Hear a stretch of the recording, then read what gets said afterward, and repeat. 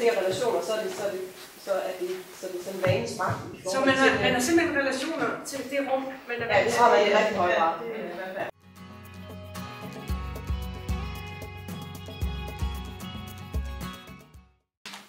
Helle Jørgensen. Jeg ved ikke altså, om jeg er det rigtige sted. Det er du.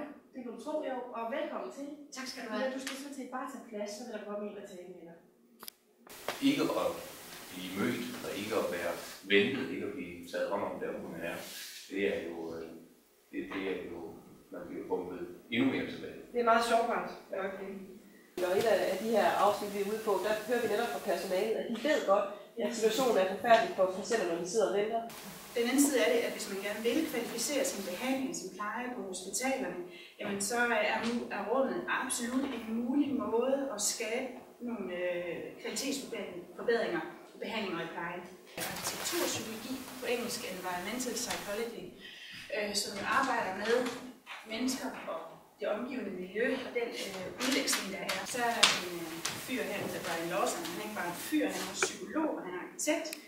Og han siger, jamen altså nogle af de psykologiske behov, som mennesket har, og han fremhæver sikkerhed, stimulation, identitet.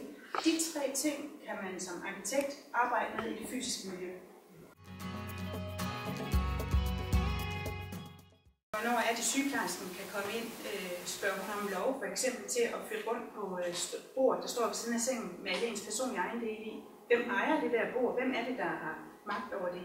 Og jeg tænker, at måske i det der modstandsfelt, vi snakker om, som virkelig siger, at noget af det allerstørste problem i indretning, det er, hvordan man får dialog med de folk, der skal flytte sig. Så når vi snakker identitet, så har vi jo et andet fokus også omkring relationers betydning for identitet.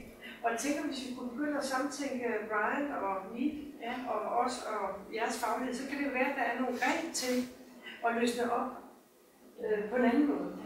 Hvor man måske ikke starter med rummet, men starter med relationen eller kulturelt eller hvad det er. Det er det, vi gerne vil prøve at fokusere. Det er super.